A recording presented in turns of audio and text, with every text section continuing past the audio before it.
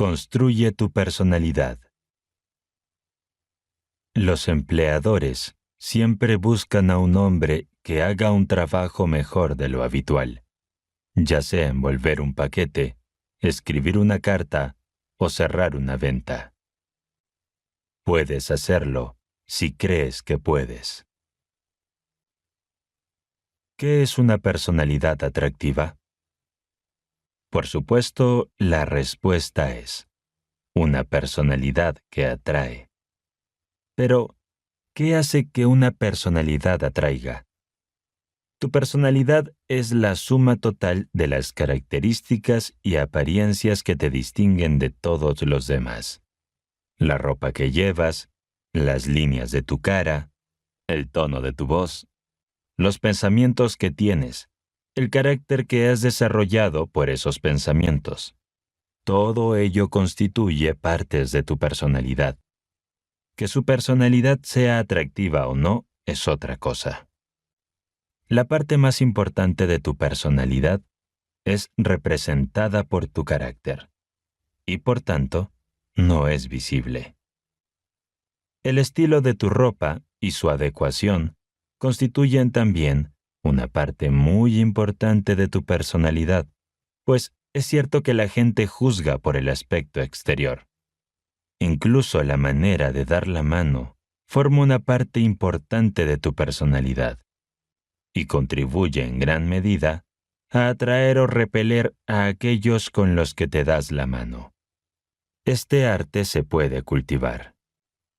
La expresión de tus ojos también forma una parte importante de tu personalidad, porque hay personas, y son más numerosas de lo que uno podría imaginar, que pueden mirar a través de tus ojos en tu corazón y ver lo que está escrito allí por la naturaleza de tus pensamientos más secretos. La vitalidad de tu cuerpo, a veces llamada el magnetismo personal, constituye sin duda una parte importante de tu personalidad. Ahora, arreglemos estos medios externos a través de los cuales se expresa la naturaleza de nuestra personalidad, para que atraiga y no repela. Hay una manera de expresar la composición de tu personalidad que siempre atraerá, la cual consiste en interesarse de corazón por el juego del otro en la vida.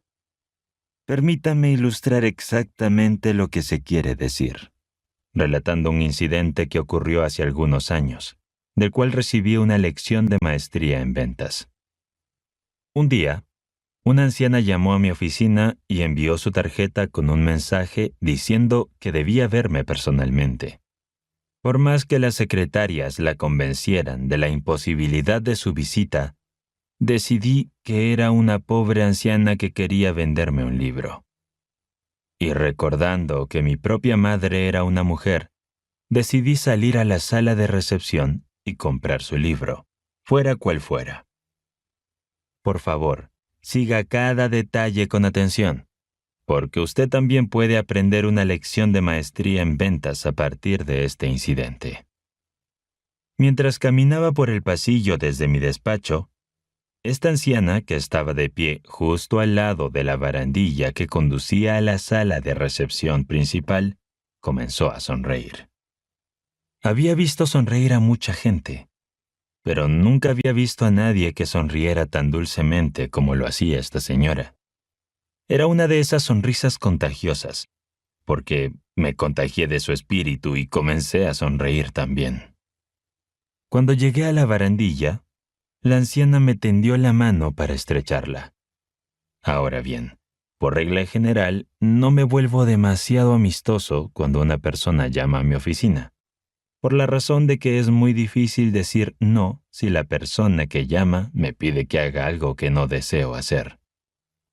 Sin embargo, esta anciana parecía tan inocente e inofensiva que le tendí la mano y empezó a estrecharla, con lo que descubrí que no solo tenía una sonrisa atractiva, sino también un magnético apretón de manos.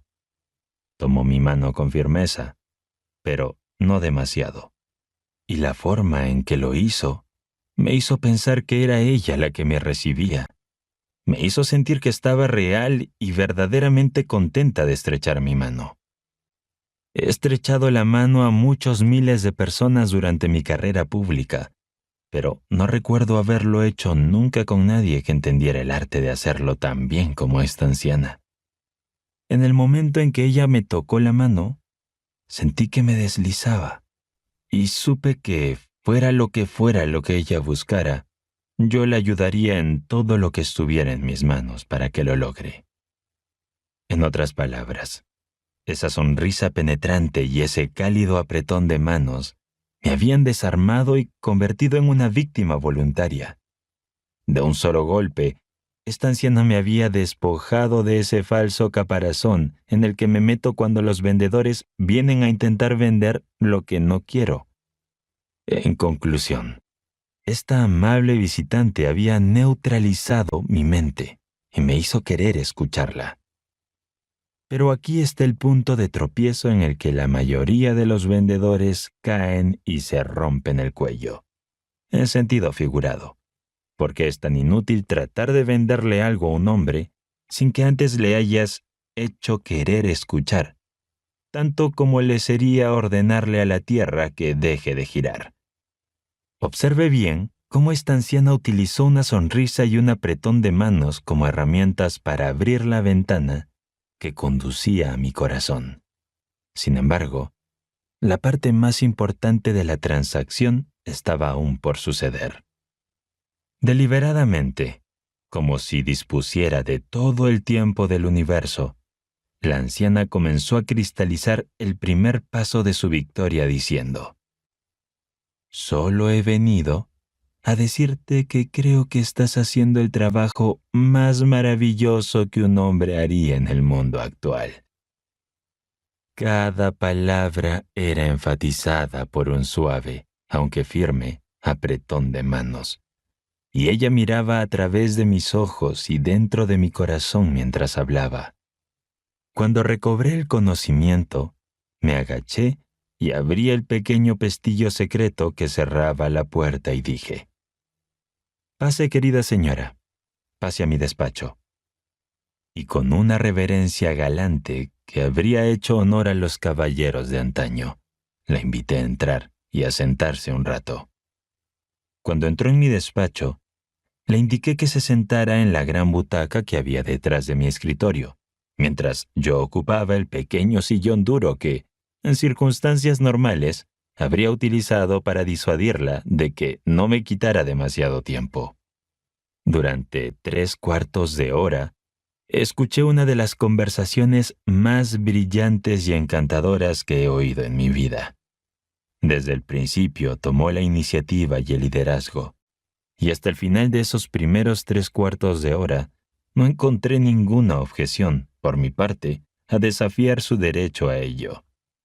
Repito, para los que no capten todo lo que significa que yo era un oyente voluntario, ahora viene la parte de la historia que me hace sonrojar de vergüenza. Sin embargo, la contaré para que conozcas el real significado del incidente.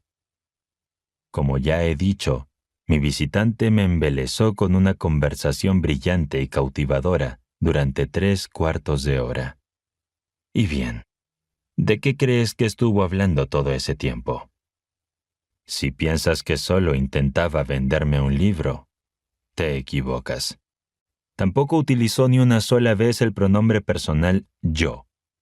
Apenas se sentó en aquel sillón, desenrolló un paquete que yo había confundido con un libro que venía a venderme. Y efectivamente, en el paquete había un libro. De hecho, varios, pues tenía un archivo completo de un año de la revista de la que yo era entonces editor, Hill's Golden Rule.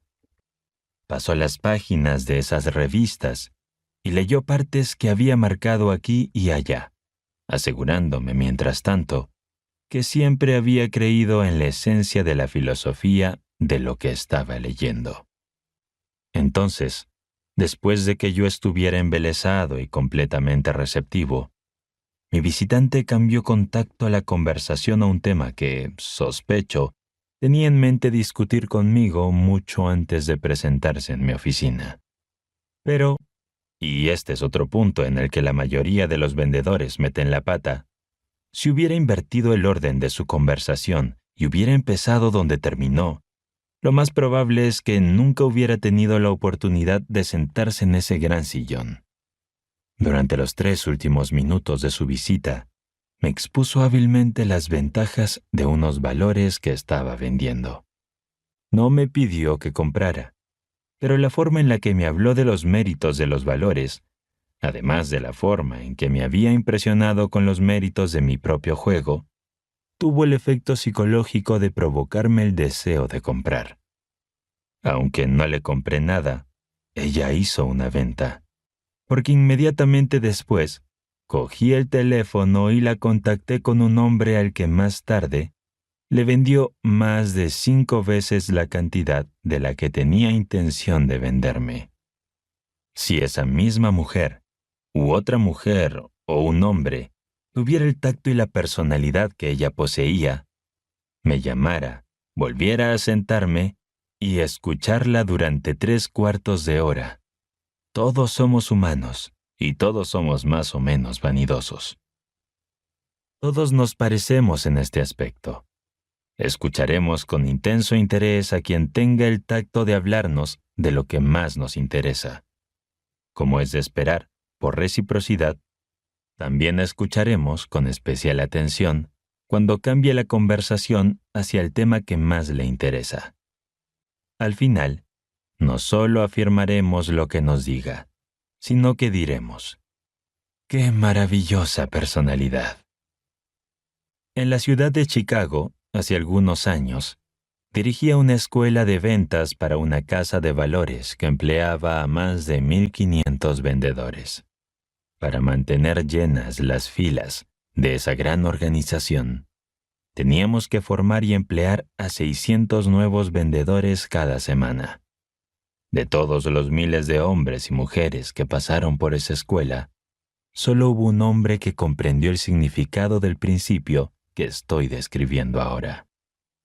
El hombre nunca había intentado vender valores y admitió francamente, cuando entró en la clase de ventas, que no era un vendedor.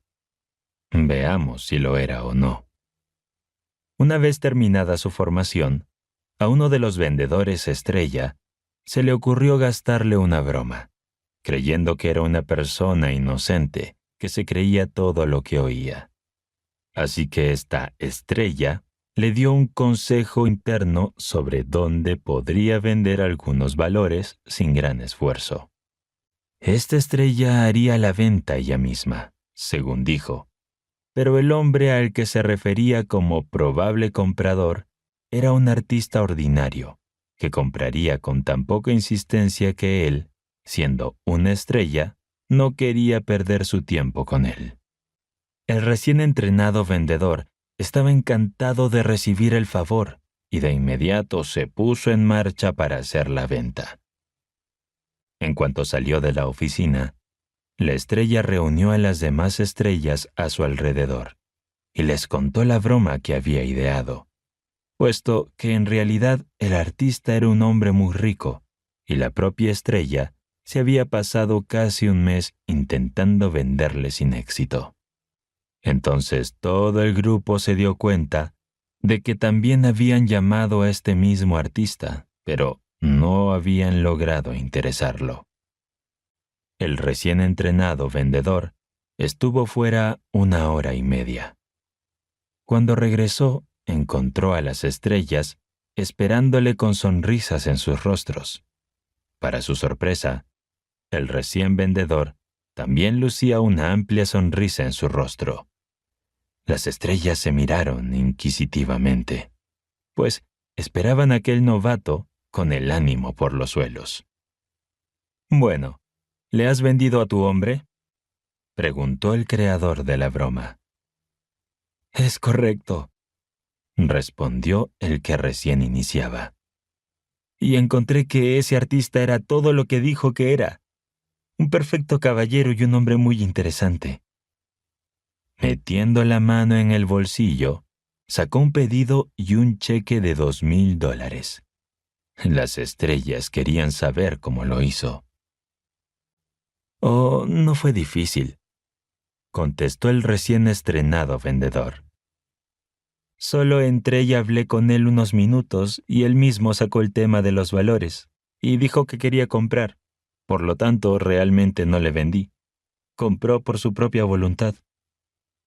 Cuando me enteré de la transacción, llamé al recién estrenado vendedor y le pedí que me describiera con todo detalle cómo había hecho la venta. Y lo relataré tal y como lo contó. Cuando llegó al estudio del artista, lo encontró trabajando en un cuadro. El artista estaba tan concentrado en su trabajo que no vio entrar al vendedor. Este se acercó donde podía ver el cuadro y se quedó mirándolo sin decir una palabra. Finalmente el artista lo vio. Entonces el vendedor se disculpó por la intromisión y comenzó a hablar del cuadro que el artista estaba pintando. Sabía lo suficiente de arte como para poder discutir los méritos del cuadro con cierta inteligencia e interés. Le gustó el cuadro y se lo dijo con franqueza al artista. Durante casi una hora aquellos dos hombres no hablaron de otra cosa que de arte y en particular de aquel cuadro que estaba en el caballete del artista.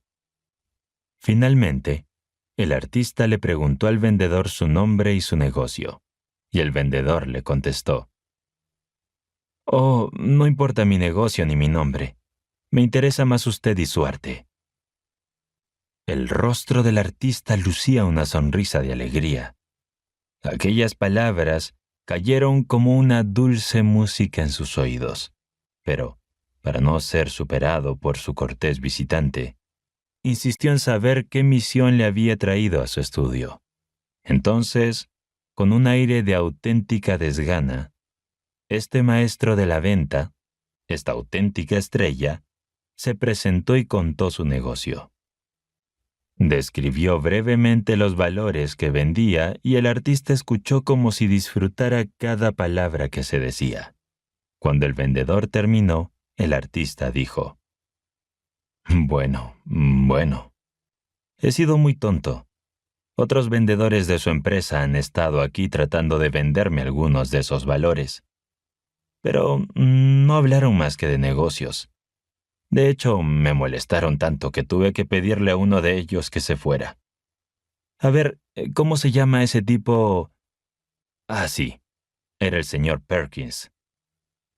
Perkins era la estrella que había pensado en esta ingeniosa broma para burlarse del recién vendedor. Pero usted presenta el asunto de manera tan diferente, y ahora veo lo tonto que he sido, y quiero que me deje tener $2,000 de esos valores. Piensa en esto. Presentas el asunto de forma tan diferente. ¿Y cómo presentó este vendedor el asunto de forma tan diferente? Planteando la cuestión de otro modo. ¿Qué le vendió realmente a este artista? ¿Le vendió valores? No, le vendió su propio cuadro que estaba pintando en su propio lienzo. Los valores no eran más que un incidente. No pases este punto por alto. Aquel maestro de la venta había recordado la historia de la anciana que me entretuvo durante 3/4 de hora hablando de lo que más me interesaba, y le había impresionado tanto que se propuso estudiar a sus posibles compradores y averiguar qué les interesaría más, para poder hablar de eso. Este vendedor, recién hecho, ganó $7,900 en comisiones en el primer mes que estuvo en el campo. Un Carnegie, o un Rockefeller, o un James J. Hill, o un Marshall Field acumulan una fortuna mediante la aplicación de los mismos principios que están al alcance de todos los demás. Pero la gente solo atina a envidiarles su riqueza sin pensar nunca en estudiar su filosofía y apropiárnosla para nuestro propio uso. Miramos a un hombre de éxito en la hora de su triunfo y nos preguntamos cómo lo hizo. Pero pasamos por alto la importancia de analizar sus métodos y olvidarnos el precio que tuvo que pagar antes de recoger los frutos de sus esfuerzos. A lo largo de este curso sobre la ley del éxito, no encontrarás ni un solo principio nuevo. Cada uno de ellos es tan antiguo como la propia civilización. Sin embargo, encontrarás muy pocas personas que parecen entender cómo aplicarlos. El joven que vendió esos valores a aquel artista no solo era un maestro de la venta, sino que era un hombre con una personalidad atractiva. No era muy atractivo. Quizá por eso la estrella concibió la idea de gastarle esa cruel broma.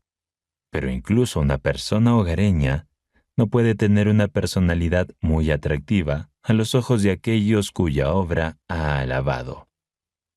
Por supuesto, hay quienes tendrán una concepción errónea del principio que estoy tratando de aclarar aquí, sacando la conclusión de que cualquier tipo de adulación barata ocupará el lugar del interés genuino del corazón.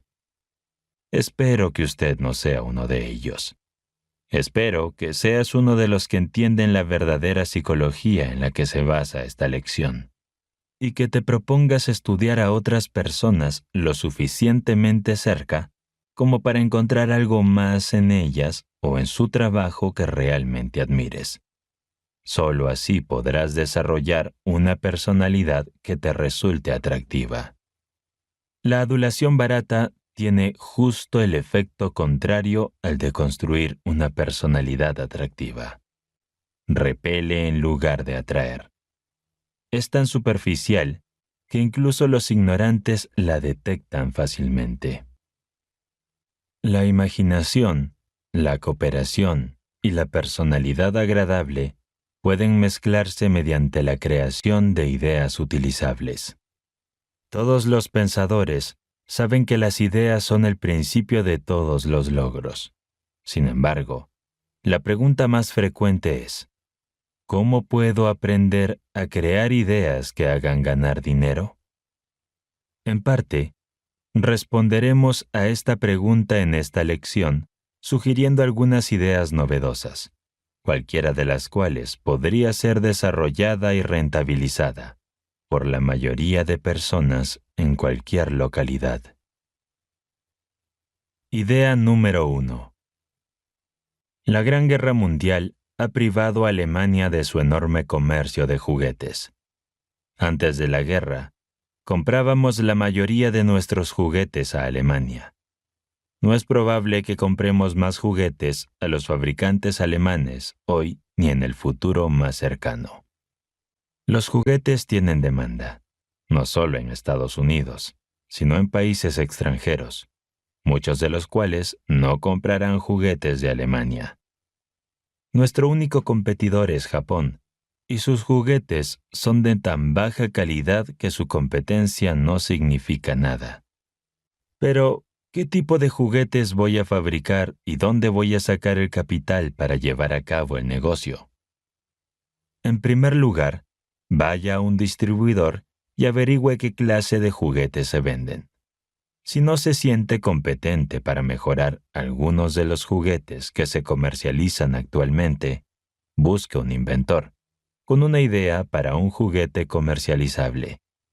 Y pronto encontrará el genio de la mecánica que le proporcionará el eslabón que falta en tu empresa.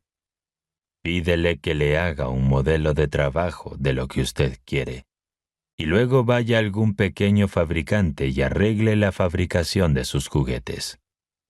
Ahora ya sabes lo que costará tu juguete, así que estás preparado para ir a algún gran empresario o distribuidor y organizar la venta de todo tu producto.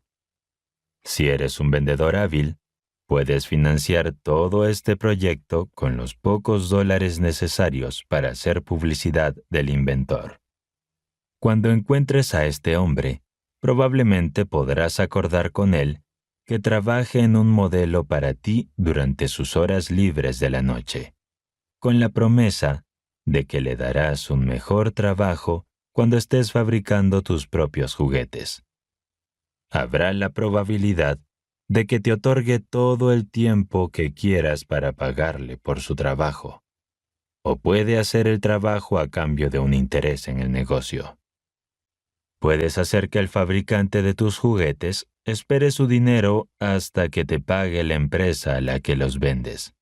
Y si es necesario, puedes cederle las facturas de los juguetes vendidos y que el dinero le llegue directamente a él. Por supuesto, si tienes una personalidad inusualmente agradable y convincente y una considerable capacidad de organización, podrás llevar el modelo de funcionamiento de tu juguete a algún hombre con medios y, a cambio de una participación en el negocio, para así asegurar el capital con el que hacer tu propia fabricación. Si quieres saber qué se venderá, observe a una multitud de niños jugando. Estudie sus gustos y disgustos. Averigüe qué les divierte y probablemente tendrá una idea para construir tu juguete. No hace falta ser un genio para inventar. Lo único que hace falta es el sentido común. Basta con averiguar lo que quiere la gente y producirlo. Produzca lo mejor que los demás. Dale un toque de individualidad. Hazlo distintivo.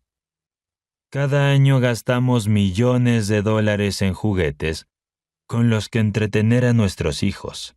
Haz que tu nuevo juguete sea útil además de interesante. Si es posible, que sea educativo. Si entretiene y enseña al mismo tiempo, se venderá con facilidad y perdurará en el tiempo. Haga que enseñe al niño algo sobre el mundo en el que vive. Geografía, aritmética, inglés, filosofía, etc. O mejor aún, produzca un juguete que haga que el niño corra, salte o se ejercite de alguna otra manera. A los niños les encanta moverse y el movimiento es beneficioso para ellos, sobre todo cuando es estimulado con un juego divertido. Un juego de béisbol en interiores sería un éxito de ventas, especialmente en las ciudades.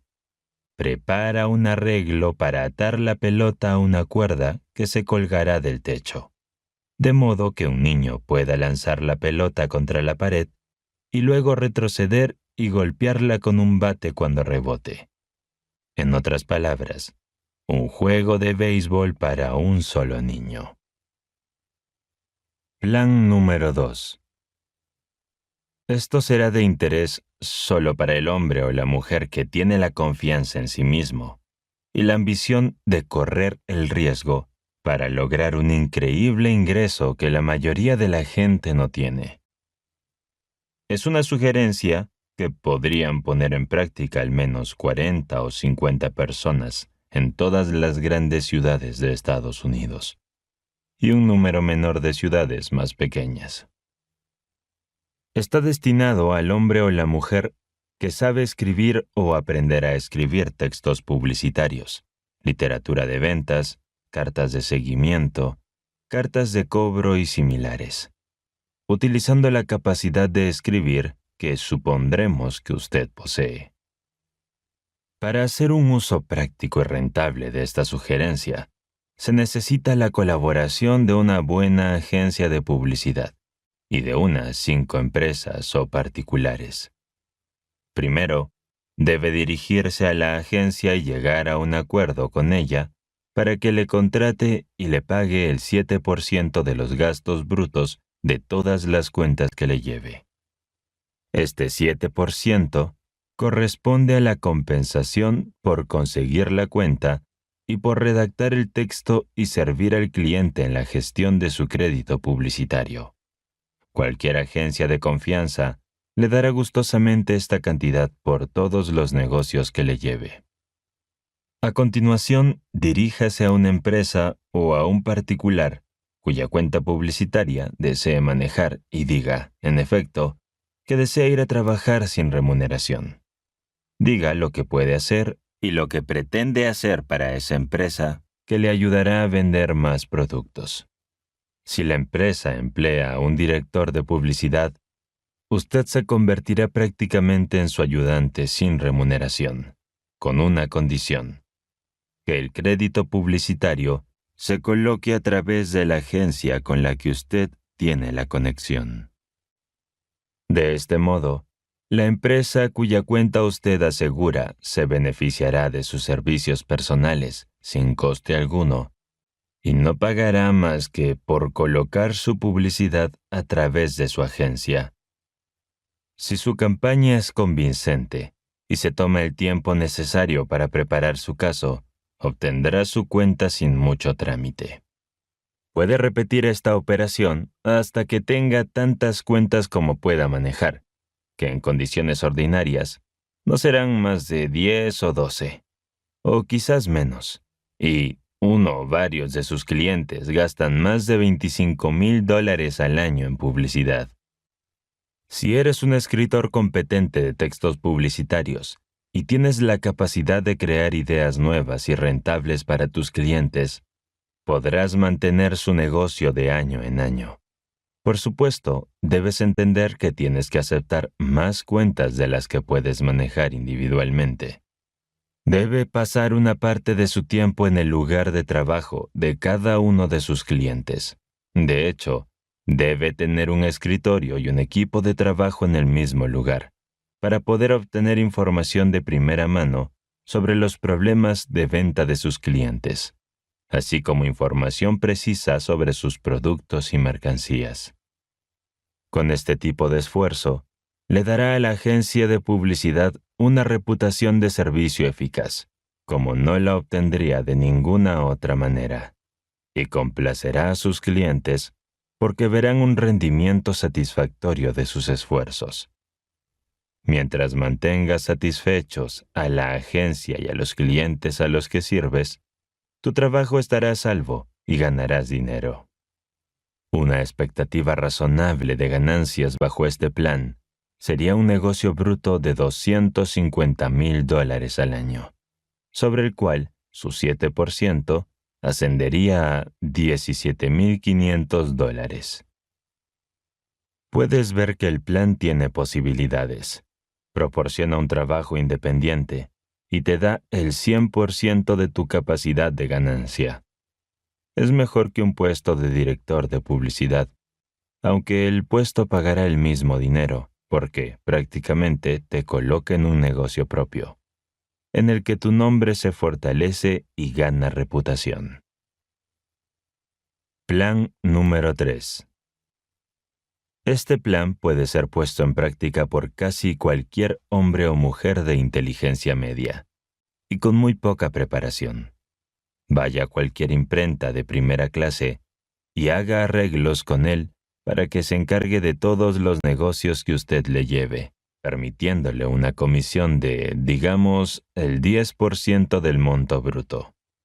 A continuación, diríjase a los mayores usuarios de material impreso y obtenga muestras de todo lo que utilicen en el rubro de la impresión. Establezca una asociación o un acuerdo de trabajo con un artista comercial que revise todo este material impreso, y siempre que sea adecuado o apropiado, mejore las ilustraciones o realice ilustraciones donde no se utilizaron antes, haciendo un boceto a lápiz que pueda pagarse al material impreso original. Entonces, si no es usted un escritor de textos, llegue a un acuerdo con alguien que lo sea y pídale que revise la copia del material impreso y la mejore en todos los aspectos posibles. Una vez terminado el trabajo, vuelva a la empresa de la que obtuvo el material impreso, llevando consigo los presupuestos del trabajo y mostrando lo que se puede hacer para mejorarlo. No obstante, no diga nada sobre sus presupuestos hasta que haya demostrado lo mucho que puede mejorar el material impreso. Es probable que consiga todo el negocio de esa empresa si ofrece ese tipo de servicio en relación con todos los trabajos de impresión que haya realizado.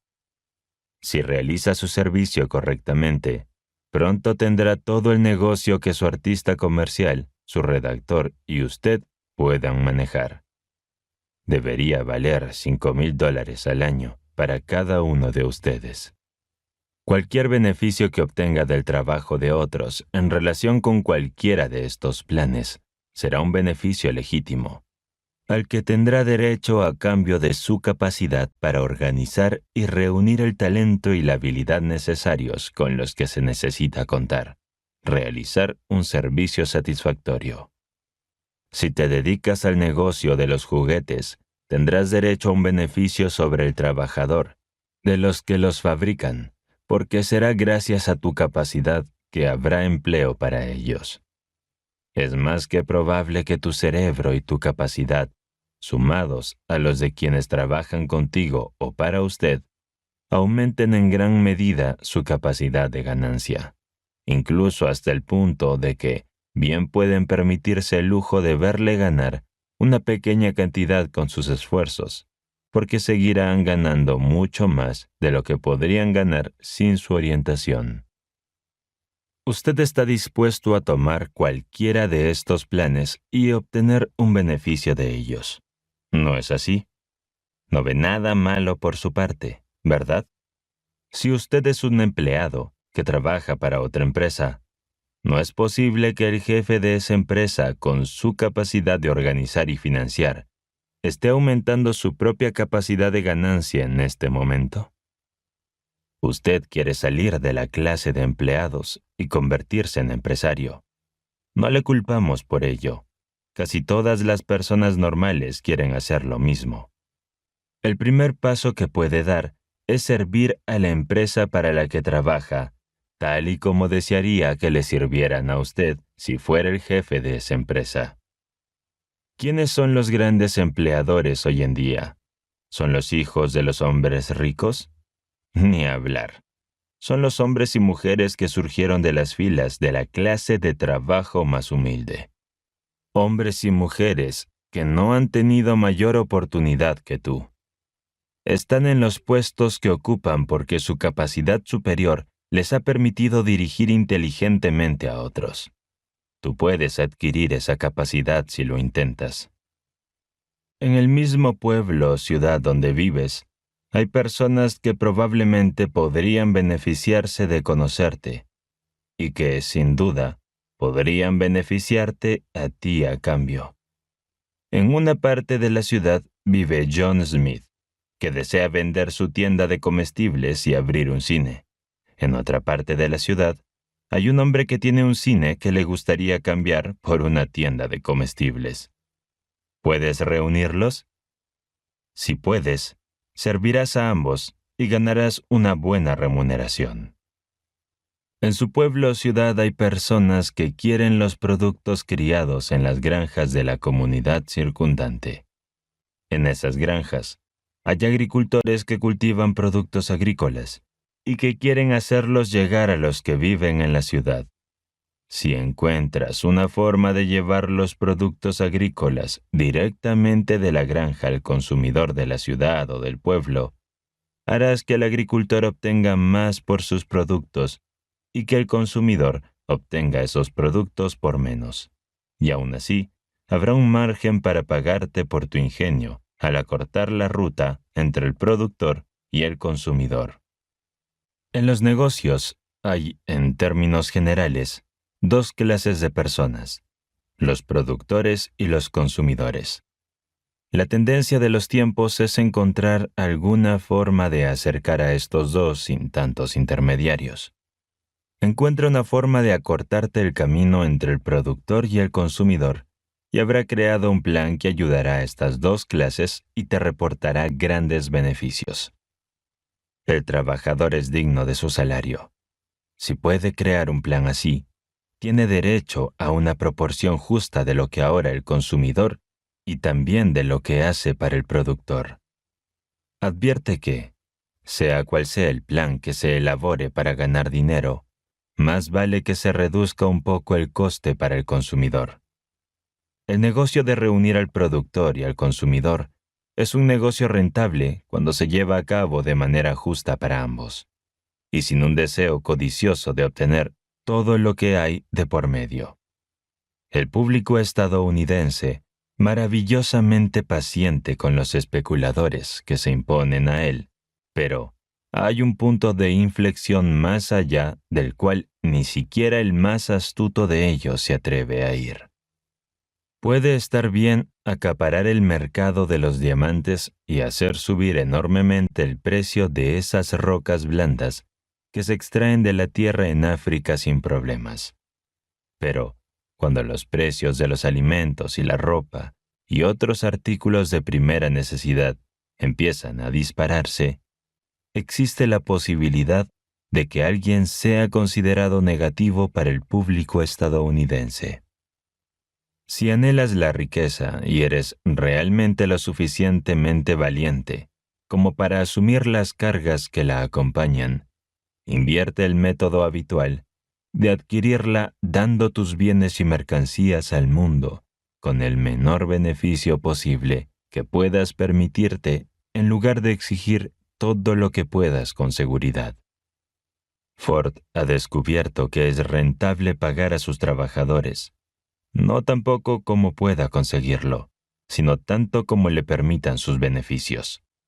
También ha encontrado rentable reducir el precio de su automóvil al consumidor mientras otros fabricantes, muchos de los cuales han fracasado hace tiempo, seguían aumentando su precio.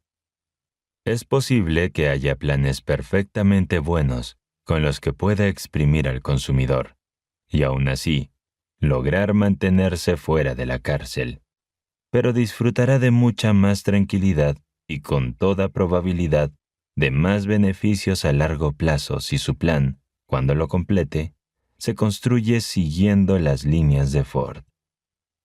He oído que se ha abusado mucho de John D. Rockefeller, pero la mayor parte de este abuso ha sido provocado por pura envidia por aquellos que querrían tener su dinero, pero que no tienen la inclinación de ganarlo.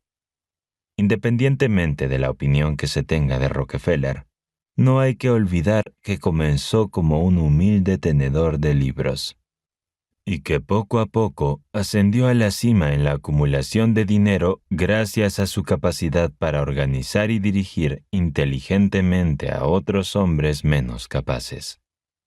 Este autor nos recuerda cuando se tenía que pagar 25 centavos por un galón de aceite para lámparas y caminar 2 millas a través del sol caliente y llevarlo a casa en una lata para la negociación. Ahora, la carretera de Rockefeller lo entrega en la puerta de atrás, en la ciudad o en la granja, a poco más de la mitad de esa suma. ¿Quién tiene derecho a envidiarle a Rockefeller sus millones, mientras haya reducido el precio del transporte de una mercancía necesaria? Podría haber aumentado el precio del aceite para lámparas a $0.50, pero dudamos seriamente de que fuera multimillonario si lo hubiera hecho. Somos muchos los que queremos dinero, pero 99 de cada 100 que se ponen a crear un plan para conseguirlo piensan solo en el esquema para lograr ganancias, pero no en el servicio que se debe dar a cambio. Una posibilidad agradable es aquella que hace uso de la imaginación y la cooperación. Hemos citado los ejemplos anteriores de cómo se pueden crear ideas para mostrarle cómo coordinar las leyes de la imaginación, la cooperación y una personalidad agradable. Analice a cualquier hombre que no tenga una personalidad agradable y encontrará que también le faltan las facultades de imaginación y cooperación. Esto nos lleva a un lugar adecuado para presentar una de las mayores lecciones sobre la personalidad que se han puesto por escrito. También es una de las lecciones más efectivas sobre el arte de vender que se haya escrito, porque los temas de la personalidad atractiva y el arte de vender deben ir siempre de la mano, son inseparables. Me refiero a la obra maestra de Shakespeare, el discurso de Marco Antonio en el funeral de César. Tal vez ya lo hayas leído, pero aquí presenta con interpretaciones, entre paréntesis, que pueden ayudarte a extraer un nuevo significado de ella. La escena es la siguiente. César ha muerto, y Bruto, su asesino, es llamado a contar a la turba romana. que se ha reunido en la funeraria, porque ha quitado de en medio a César. Imagínate a una muchedumbre que aúlla, y que no es muy amiga de César, y que ya cree que Bruto ha hecho una acción noble al asesinarlo. Bruto sube al estrado y hace una breve excepción de sus razones para matar a César, confiando en que ha salido victorioso. Toma su asiento. Todo su comportamiento es de alguien que cree que su palabra será aceptada sin discusión. Una actitud de altanería, quiero decir. Marco Antonio sube ahora al estrado, sabiendo que la muchedumbre es antagónica a él, por ser amigo de César. Con un tono de voz humilde, Antonio comienza a hablar. Antonio: en el nombre de Bruto les agradezco. Cuarto ciudadano: ¿qué dijo Bruto? Tercer ciudadano: dice que gracias a Bruto se encuentra en una deuda con nosotros. Cuarto ciudadano: es mejor que aquí no hable mal de Bruto. Primer ciudadano: César era un tirano. Tercer ciudadano: no hay quien lo dude. Somos afortunados de que Roma se haya librado de él. Segundo ciudadano: silencio. Escuchemos lo que Antonio tiene que decir. Aquí se observa, en la frase inicial de Antonio, su hábil método para neutralizar las mentes de sus oyentes. Antonio: ustedes, benévolos romanos. Todos: ¡silencio! ¡Oigámoslo! Si Antonio hubiera comenzado su discurso golpeando a Bruto, la historia de Roma habría sido diferente. Antonio: amigos y romanos, compatriotas, préstenme su atención. Vengo a enterrar al César, no a alabarlo. Alineándose con lo que sabía que era el estado de ánimo de sus oyentes. Antonio: a los hombres les sobrevive el mal que hicieron. El bien queda frecuentemente sepultado con sus huesos. Sea así con César. El noble Bruto les ha dicho que César era ambicioso.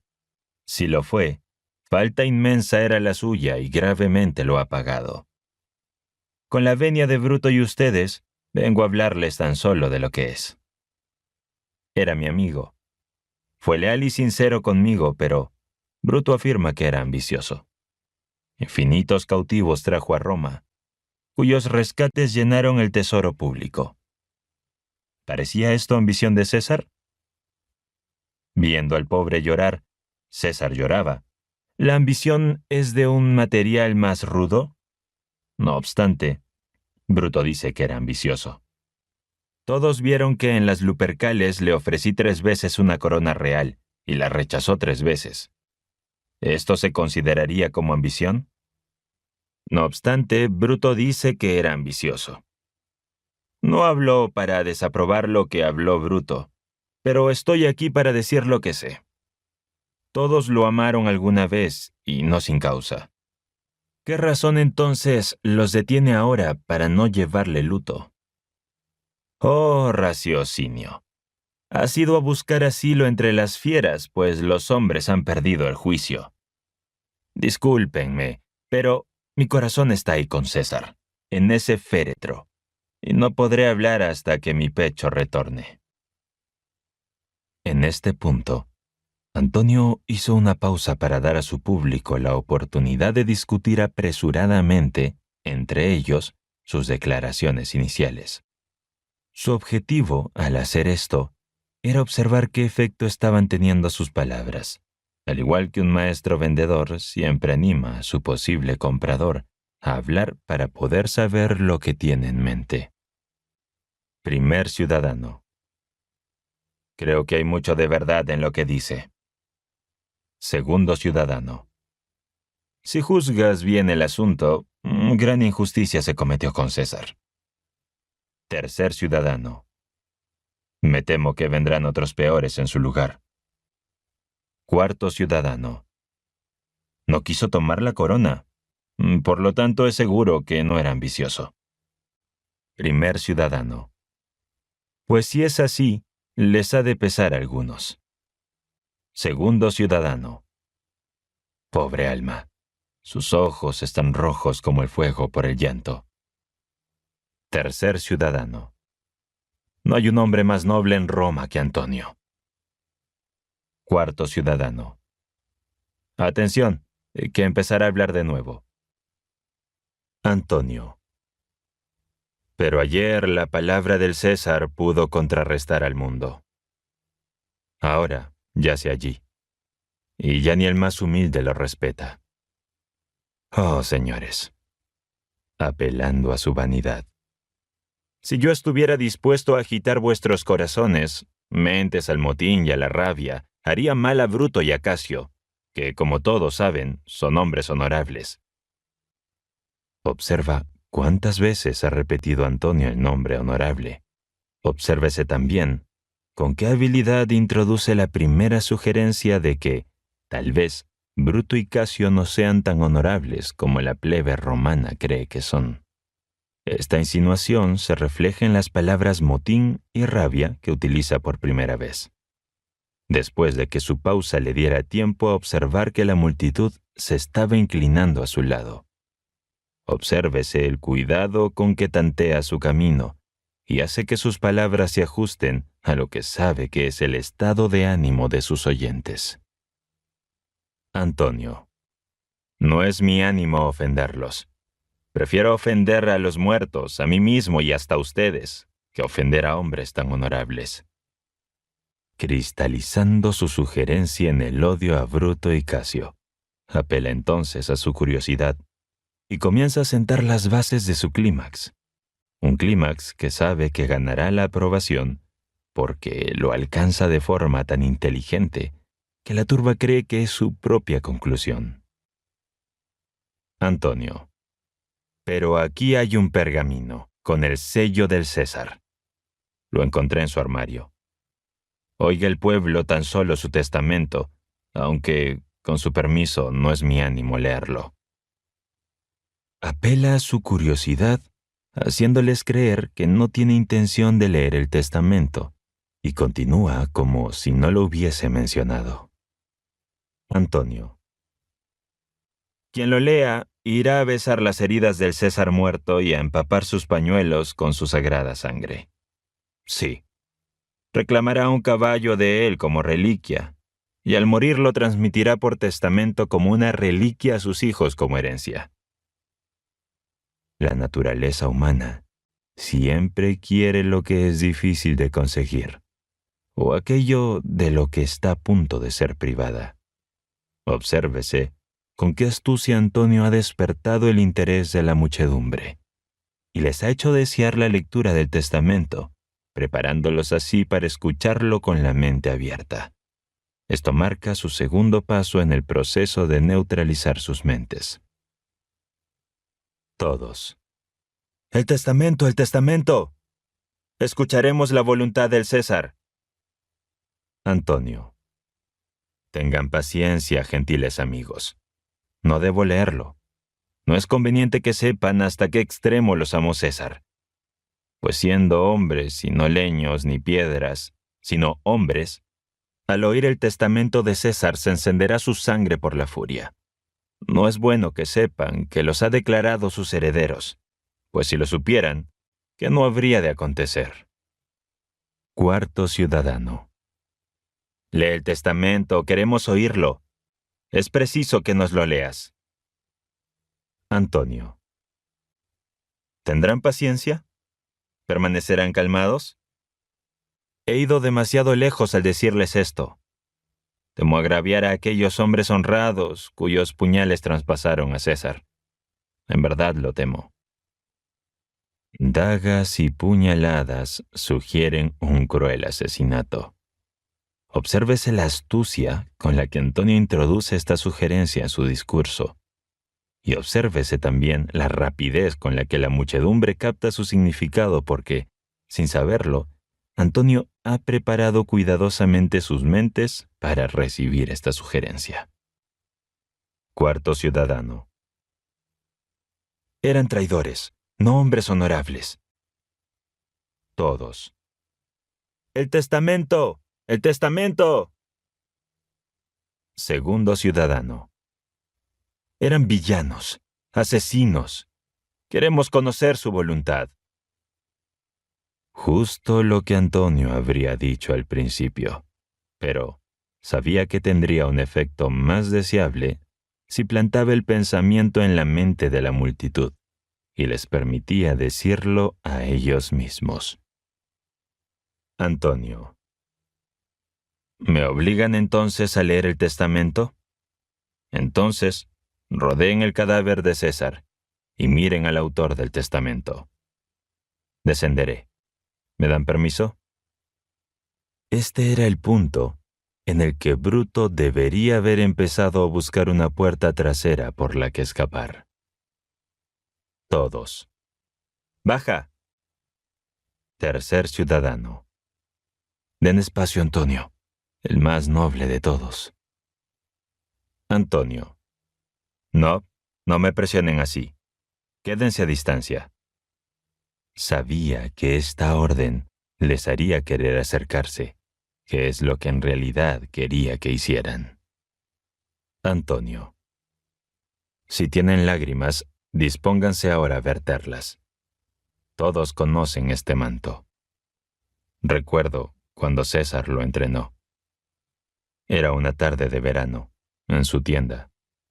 El día que venció a los de Nervi. Miren por aquí. Penetró el puñal de Casio.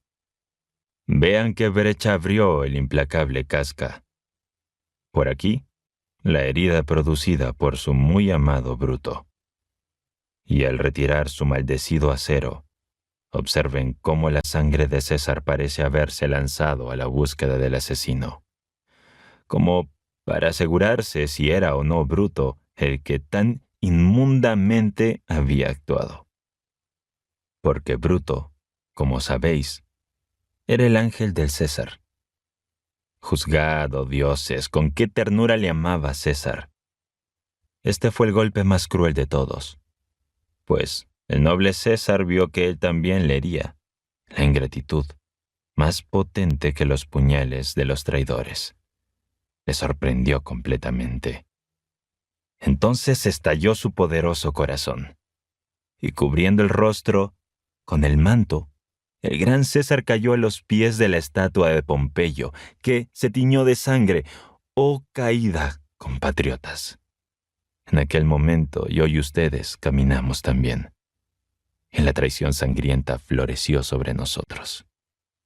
Ahora lloran, y percibo sentir la piedad. Esas lágrimas son generosas, almas compasivas. ¿Por qué lloran cuando aún no han visto más de la desgarrada vestidura de César? Miren aquí. Aquí está el mismo, lacerado por los mismos traidores. Obsérvese cómo Antonio utiliza las palabras traidores con total libertad, porque sabe que está en armonía con lo que piensan la plebe romana. Primer ciudadano. ¡Oh, qué lamentable escena! Segundo ciudadano. Noble César. Tercer ciudadano. Día de horror. Primer ciudadano. ¡Oh, qué espectáculo más sangriento! Segundo ciudadano. Nos vengaremos.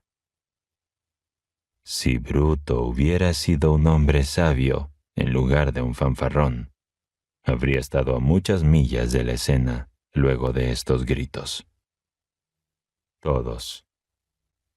¡Venganza! ¡Busquemos! ¡Quemar! ¡Fuego! ¡Matar! ¡Matar! ¡Que muera todo traidor! Aquí Antonio da el siguiente paso para cristalizar el frenesí de la turba en acción. Pero, como vendedor hábil que es, no intenta forzar esta acción. Antonio. Calma, compatriotas. Primer ciudadano. Silencio, silencio. Escuchen al noble Antonio. Segundo ciudadano. Lo escucharemos. Lo seguiremos si es necesario. Moriremos con él. A partir de estas palabras, Antonio sabe que tiene a la multitud con él. Observa cómo aprovecha este momento psicológico, el momento que todos los maestros vendedores esperan. Antonio. Buenos amigos, dulces amigos, no dejen que los incite a forjar una revuelta. Los que han consumado esta acción son hombres dignos. ¿Qué secretos agravios tenían para hacerlo? Ay, lo ignoro. Ellos son sensatos y honorables y no dudo que les darán razones. Yo no vengo, amigos, a enardecer sus pasiones. Yo no soy orador como Bruto, sino, como todos saben, soy hombre franco y sencillo, que amaba a su amigo, porque no tengo ni talento, ni elocuencia, ni mérito, ni estilo, ni ademanes, ni el poder de la oratoria que enardece la sangre de los hombres. Hablo simplemente, y no les digo sino lo que todos ya saben. Les muestro las heridas del bondadoso César.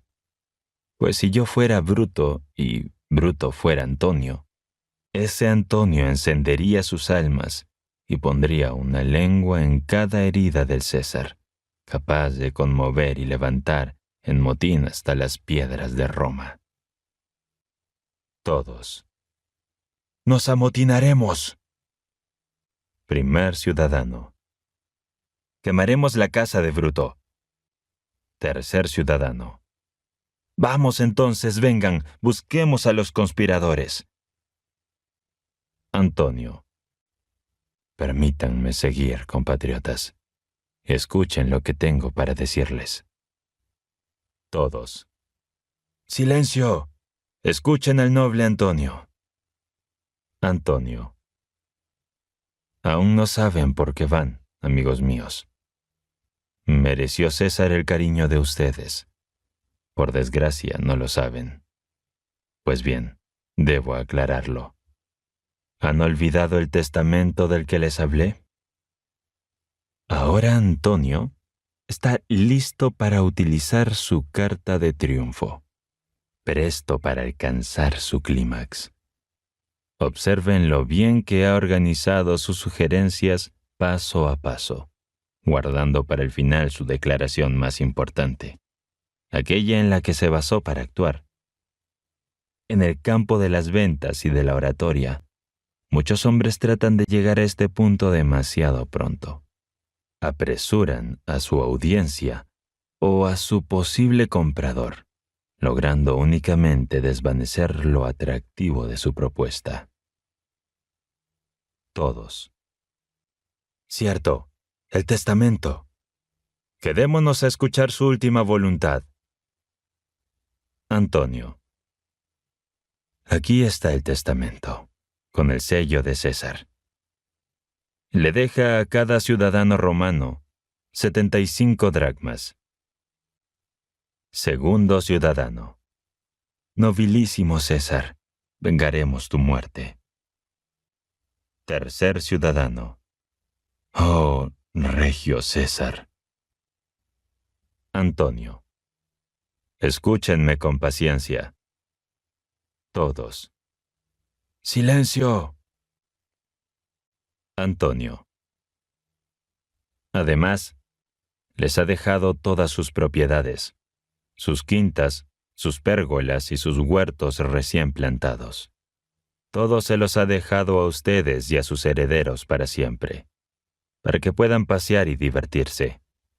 Aquí hubo un César. ¿Cuándo podrán tener otro así? Primer ciudadano. Nunca. Vamos, marchemos fuera de aquí. Quememos su cuerpo en el lugar sagrado y con las teas incendiemos las casas de los traidores. Levanten el cuerpo. Segundo ciudadano. Ve a buscar fuego. Tercer ciudadano. Derriben los bancos. Cuarto ciudadano. Derriben pilares o ventanas. Cualquier cosa. Y ese fue el final de Bruto. Perdió su caso porque carecía de personalidad y el buen juicio con los cuales presentar su argumento desde el punto de vista de la plebe romana, como sí lo hizo Marco Antonio. Toda su actitud indicaba que tenía un buen concepto de sí mismo, que estaba orgulloso de su hazaña.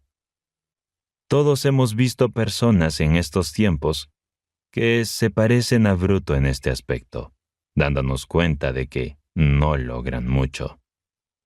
Supongamos que Marco Antonio hubiera subido al estrado en actitud orgullosa y hubiera comenzado su discurso de esta manera.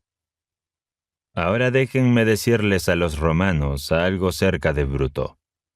Él es un vil asesino por naturaleza. No habría ido más lejos, pues la turba se lo habría impedido. Como hábil vendedor y psicólogo práctico que era, Marco Antonio presentó su caso de tal manera que parecía no ser su propia idea, sino de la propia multitud romana. Observa cómo se enfatiza la actitud del tú y no del yo hacia los demás. Observa cómo se enfatiza este mismo punto a lo largo de este curso, y especialmente en la lección 7, sobre el entusiasmo. Shakespeare fue, con mucho, el psicólogo y escritor más hábil conocido por la civilización. Por eso, todos sus escritos se basan en un conocimiento infalible de la mente humana. A lo largo de este discurso, que puso en boca de Marco Antonio, observarás con qué cuidado asumió la actitud del tú. Con tanto cuidado que la turba romana estaba segura de que la decisión fue tomada por ellos. Sin embargo, debo llamar la atención sobre el hecho de que la apelación de Marco Antonio al interés propio de la plebe romana fue de tipo astuto, y se basó en el siglo con el que los hombres deshonestos suelen hacer uso de este principio al apelar a la codicia y la avaricia de sus víctimas. Aunque Marco Antonio dio pruebas de un gran autocontrol, al ser capaz de asumir una actitud benevolente hacia Bruto, que no era real, al mismo tiempo es obvio que toda su apelación se basaba en su conocimiento de cómo influir en las mentes de la multitud romana, a través de la adulación. Las dos cartas reproducidas en la lección 7 de este curso ilustran de manera muy correcta el valor del tú y la fatalidad de apelar al yo. Tanto si escribes una carta de ventas, como si predicas un sermón o escribes un anuncio o un libro, harás bien en seguir los mismos principios empleados por Marco Antonio en su famoso discurso. Pasemos ahora al estudio de las formas y los medios a través de los cuales se puede desarrollar una personalidad agradable. Empecemos por el primer elemento esencial, que es el carácter, pues nadie puede tener una personalidad agradable sin la base de un carácter sólido y positivo. A través del principio de la telepatía, usted telegrafía la naturaleza de su carácter a aquellos con los que entra en contacto, lo que es responsable de lo que a menudo ha dominado una sensación intuitiva de que la persona que acaba de conocer, aunque no la conozca, no es digna de confianza. Se pueden adornar con las ropas más elegantes y modernas, y comportarse de la manera más agradable en cuanto a las apariencias exteriores. Pero si hay codicia, envidia, odio, celos, avaricia y egoísmo en tu corazón, nunca atraerás a nadie, excepto a aquellos que son iguales que tú. Lo semejante atrae lo semejante, y puedes estar seguro, por lo tanto, de que los que se sienten atraídos por ti son aquellos cuya naturaleza interior es parecida a la tuya. Puedes adornarte con una sonrisa artificial que encubra tus sentimientos, y puedes practicar el arte de estrechar las manos para poder imitar el apretón de manos de la persona que es experta en este arte. Pero, si estas manifestaciones externas son una personalidad atractiva, carecen de ese factor vital llamado seriedad de propósito. Repelerán en lugar de atraer. ¿Cómo entonces puedo construir el carácter? En primer lugar, selecciona a aquellos cuyas personalidades están formadas por las cualidades que usted desea incorporar a su propia persona, y proceda a apropiarse de estas cualidades con la ayuda de la autosugestión. Crea en tu imaginación una mesa de consejo y reúne las personalidades alrededor de ella cada noche. Habiendo escrito primero una declaración clara y concisa de las cualidades particulares que desea apropiarse de cada una. A continuación, proceda a afirmar o sugerirse a sí mismo con palabras francas y audibles que está desarrollando las condiciones deseadas en usted. Mientras hace esto, cierre los ojos y vea, en su imaginación, las figuras sentadas alrededor de su mesa imaginaria. Segundo, a través de los principios descritos en la lección 8 sobre el autocontrol, controla tus pensamientos y mantén tu mente con pensamientos de naturaleza positiva. Deja que el pensamiento dominante de tu mente sea una imagen de la persona que pretendes ser, la persona que estás construyendo deliberadamente. A través de este procedimiento, por lo menos una docena de veces al día, cuando tengas unos minutos para ti mismo, cierra los ojos y dirige tus pensamientos a las figuras que has seleccionado para sentarlas en tu mesa de consejo imaginaria. Siente con una fe que no conoce límites, que realmente estás creciendo para parecerte en carácter a esas figuras de tu elección. Tercero, busca al menos una persona cada día, y más si es posible, en la que veas alguna buena cualidad que sea digna de elogio y elogiada. Recuerda, sin embargo, que este elogio no debe ser una adulación barata y falsa, debe ser genuino. Habla de tus palabras de alabanza con tal seriedad que impresionen a aquellos a quienes les hablas. Entonces verás que has proporcionado a aquellos a quienes alabas un beneficio decidido del gran valor para ellos. Habrás dado un paso más en la dirección de desarrollar el hábito de buscar y encontrar las buenas cualidades en los demás. No puedo dejar de enfatizar los efectos de largo alcance del hábito de alabar, con entusiasmo, las buenas cualidades en los demás. Ten la seguridad de que este hábito pronto te recompensará con un sentimiento de autorrespeto y manifestación de gratitud de los demás, que modificará toda tu personalidad. Aquí entra la ley de la atracción, y aquellos a quienes elogies verán en ti las cualidades que tú ves en ellos. Tu éxito en la aplicación de esta fórmula estará en proporción exacta a tu fe en su solidez. No me limito a creer que es sólida, sino que sé que lo es. Y lo sé porque la he utilizado con éxito. Y también he enseñado a otros a utilizarla con éxito. Por lo tanto, tengo derecho a prometerle que usted puede utilizarla con el mismo éxito.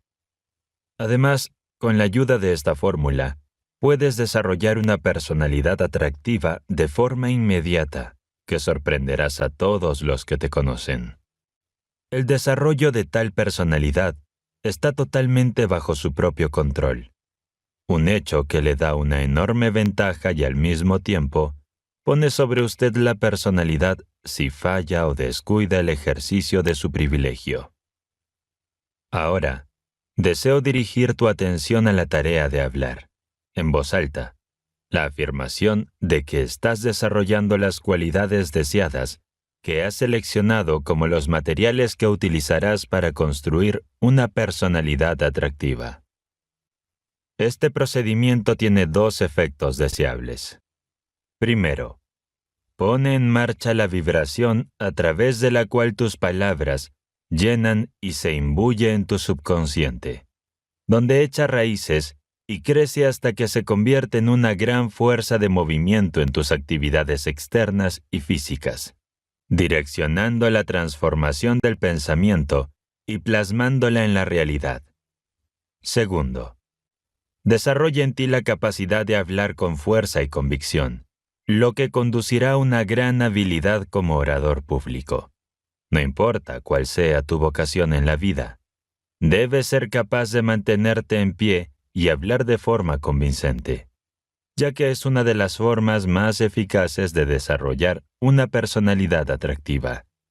Ponga sentimiento y emoción en sus palabras al hablar, y desarrolle un tono de voz profundo y rico. Si tu voz tiende a ser aguda, bájala hasta que sea suave y agradable. Nunca se puede expresar una personalidad atractiva a través de una voz áspera y chillona. Debes cultivar tu voz hasta que sea rítmica y agradable al oído. Recuerda que el habla es tu principal método de expresión de tu personalidad. Y por ello te conviene cultivar un estilo que sea a la vez enérgico y agradable. No recuerdo una sola personalidad atractiva y sobresaliente que no haya tenido la capacidad de hablar con fuerza y convicción. Estudien a los hombres y mujeres prominentes de hoy, donde quiera que los encuentren, y observen el hecho significativo de que cuanto más prominentes sean, es mayor la fuerza y la eficiencia para hablar. Estudie las figuras destacadas del pasado en la policía y observe que los más exitosos fueron aquellos que se destacaron por su capacidad de hablar con fuerza y convicción. En el ámbito de los negocios, la industria y las finanzas, es significativo que los líderes tengan una gran capacidad de hablar en público para alcanzar el éxito.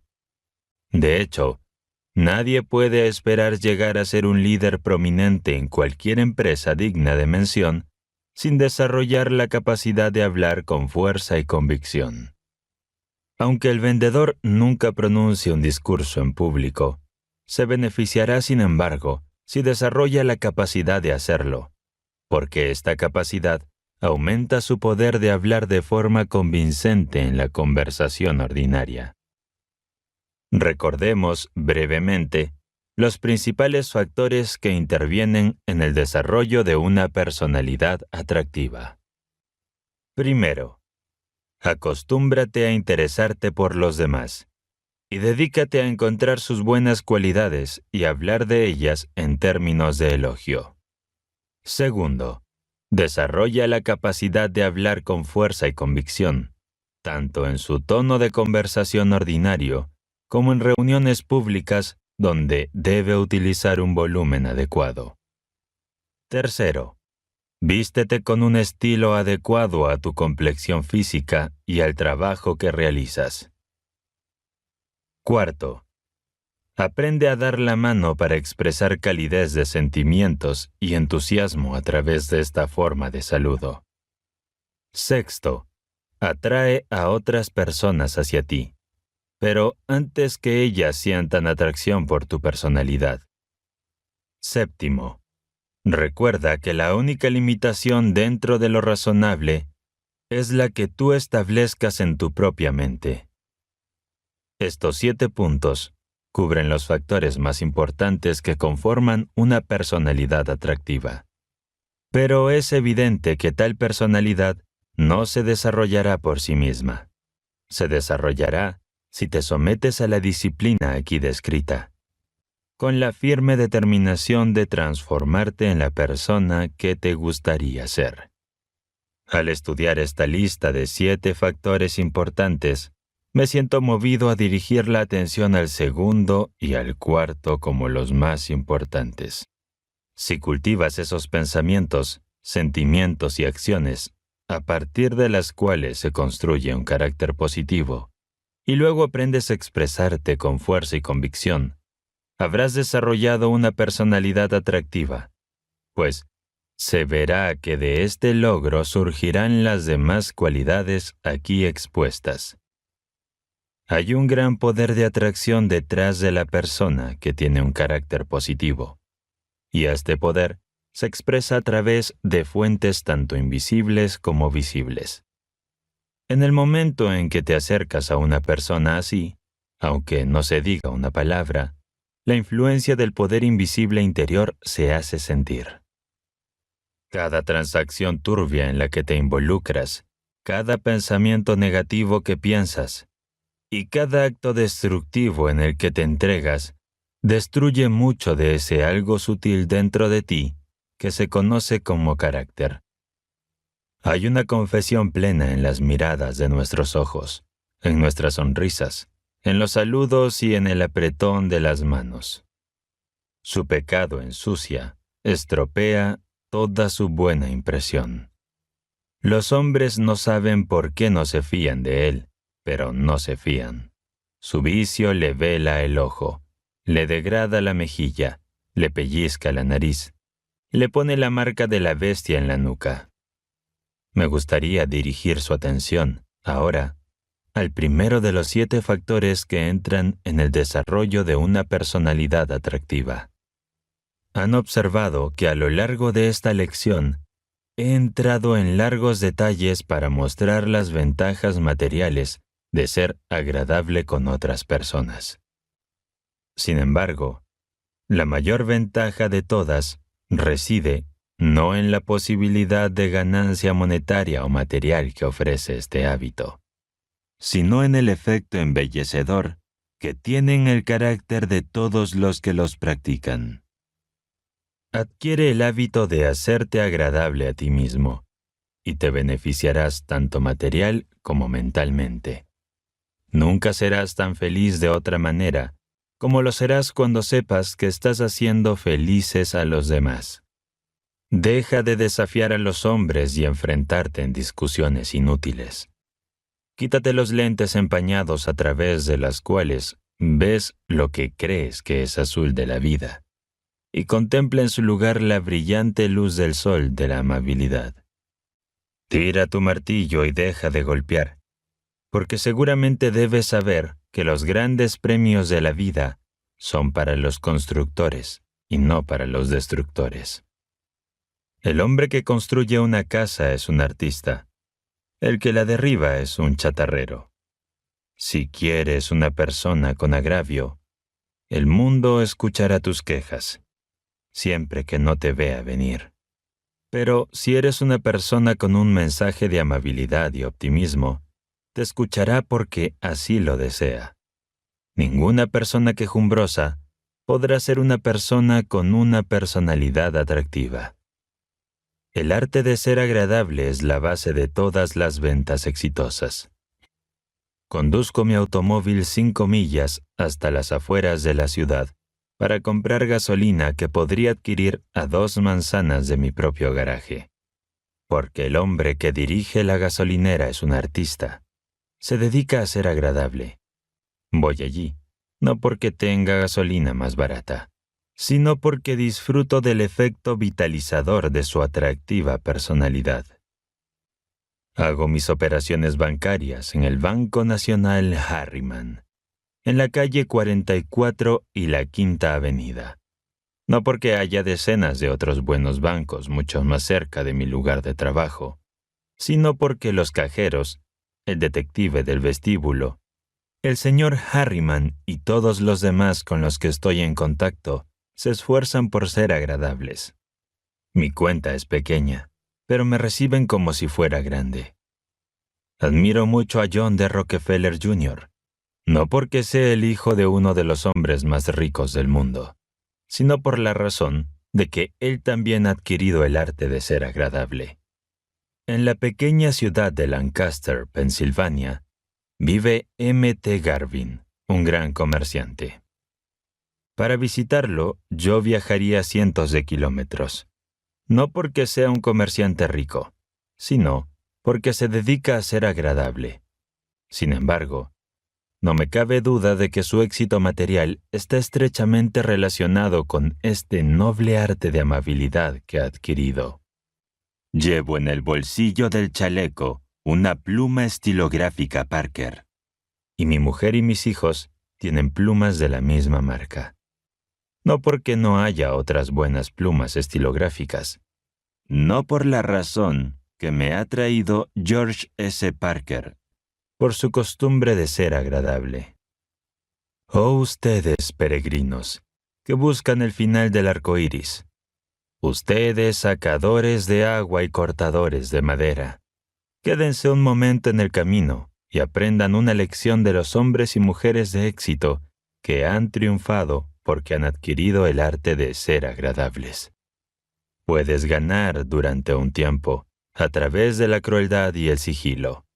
Puedes recoger más bienes de este mundo de los que necesitas, por pura fuerza y estrategia astuta, sin tomarte la molestia de ser agradable. Pero, tarde o temprano, llegarás a ese punto en la vida en el que sentirás la punzada del remordimiento y el vacío de tu bolsa bien llena. Nunca pienso en el poder, la posición y la riqueza que se alcanzó por la fuerza, sin sentir profundamente el sentimiento expresado por un hombre cuyo nombre no me atrevo a mencionar, cuando estaba ante la tumba de Napoleón. Hace un rato estuve junto a la tumba de oro y magnífica de Napoleón, digna de una deidad. Contemplé el sarcófago de mármol, raro y sin nombre, donde descansan por fin las cenizas de aquel hombre inquieto. Me incliné sobre la balaustrada y pensé en la carrera del más grande soldado del mundo moderno. Lo vi en Tolón, lo seguí, caminando por las orillas del Sena, contemplando el suicidio. Lo vi reprimiendo a la muchedumbre en las calles de París y también al frente del ejército en Italia. Le vi cruzar el puente de Lodi con la tricolor en la mano. Lo escudriñé en Egipto, a la sombra de las pirámides. Fui testigo y vi conquistar los Alpes y mezclar las águilas de Francia con las de los riscos. Lo vi en Marengo, lo vi en Rusia, cuando la infantería de la nieve y la caballería de la ráfaga salvaje dispersaron sus legiones como las hojas marchitas del invierno. Lo observé en Leipzig, derrotado y desastroso, empujado por 1.000.000 de bayonetas de vuelta a París. Agarrado como una bestia salvaje, desterrado a Elba.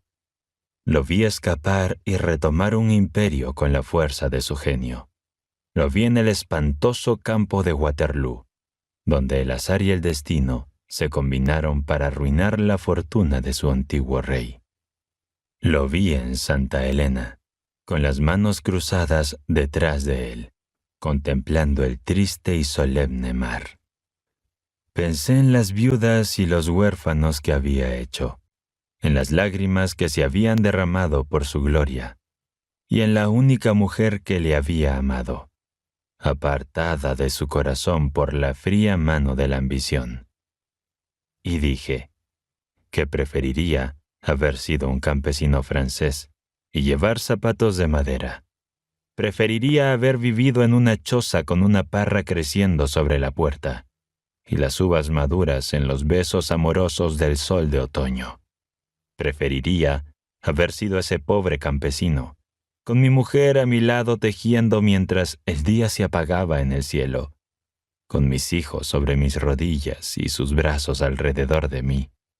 Elegiría haber sido ese hombre y bajar al silencio del polvo sin sueños, que haber sido esa personificación imperial de la fuerza y el asesinato, conocido como Napoleón. Dejo con ustedes, como colofón adecuado para esta lección, el pensamiento de esta disertación sobre un hombre que vivió por la fuerza y murió, un paria a los ojos de sus semejantes, una llaga para la memoria de la civilización. En fin, un fracaso, porque no adquirió el arte de ser agradable, porque no pudo o no quiso subordinar el yo al bien de sus seguidores. La continuación a este audiolibro es El pensamiento preciso.